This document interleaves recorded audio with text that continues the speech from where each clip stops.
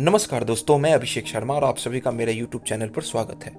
दोस्तों, राजनीति अब एक अलग रुख की तरफ बढ़ते जा रहा है, क्योंकि अब भ्रष्टाचार का एक अलग चेहरा, एक अलग नज़रिया देश में आगे बढ़ता आ रहा है। और इसका उदाहरण हमें कल संसद भवन में जिस तरीके से पानी की लीकेज हो रही थी उसी से पता चल चुका है।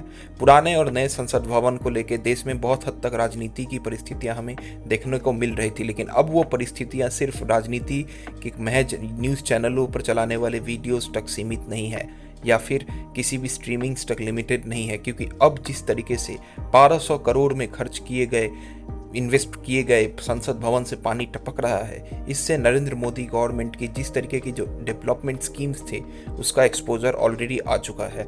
हमें राम मंदिर, प्रगति मैदान के जो टनल है, उसके अलावा अटल सेतु, इन सभी जगहों पर क्रैक्स देखने को मिल चुके हैं, लीकेजेस देखने को मिल चुके हैं। लेकिन इसके बाद संसद भवन, जो स्वयं प्रधानमंत्री का ऑफिस है, उसको देखने के बाद एक चीज़ तो तय हो चुका है कि देश में करप्शन और कॉरपोरेट्स के द्वारा बिजनेस की जो नींव रखी गई थी उसका पर्दा अब कुछ हद तक फांस हो चुका है। और इससे भी जो जरूरी बात अब ये आ गई है कि अब विपक्ष इसे बहुत ही गुरुत्वपूर्ण मुद्दा बना रहा है, और ये मुद्दा सिर्फ इंफ्रास्ट्रक्चर के लैप्स या फिर कमजोरी के ऊपर मध्य नजर रखते हुए नहीं किया गया है।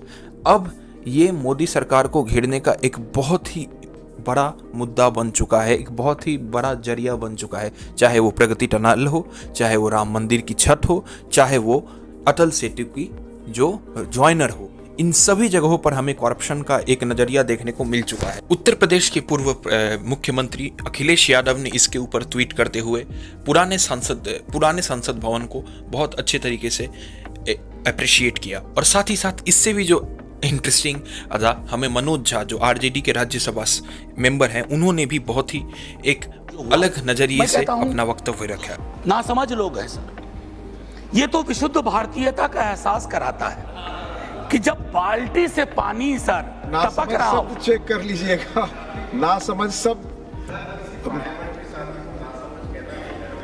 अच्छा, मैं वापस लेता हूं ना, एकदम भूपेंद्र भाई, इसलिए आपको यहां रहना चाहिए। मैं ये कहना चाह रहा था कि मेरे साथियों ने शायद इसकी मर्म को नहीं समझा कि छत टपक रही है, बाल्टी लगी हुई है।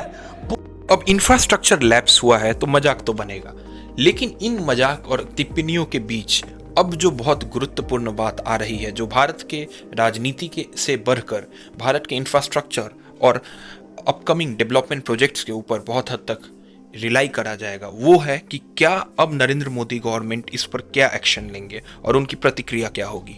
तो यही था हमारा ये आज का रिपोर्ट, जो संसद भवन के इंफ्रास्ट्रक्चर लैब्स के ऊपर था। धन्यवाद। मैं अभिषेक शर्मा आपसे इजाजत चाहूँ।